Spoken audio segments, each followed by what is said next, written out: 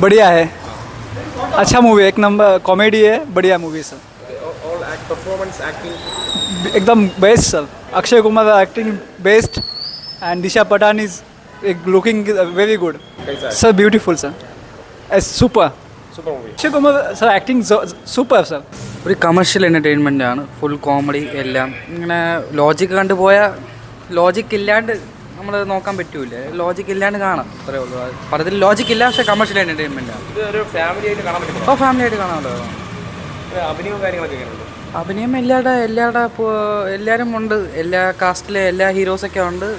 കൊള്ളാം, കാണാം, ഒരു വാച്ചാണ് കാണാം. अच्छा अच्छा अच्छा अच्छा है, बहुत अच्छा है. भाई एक्शन एक्शन एक्शन है.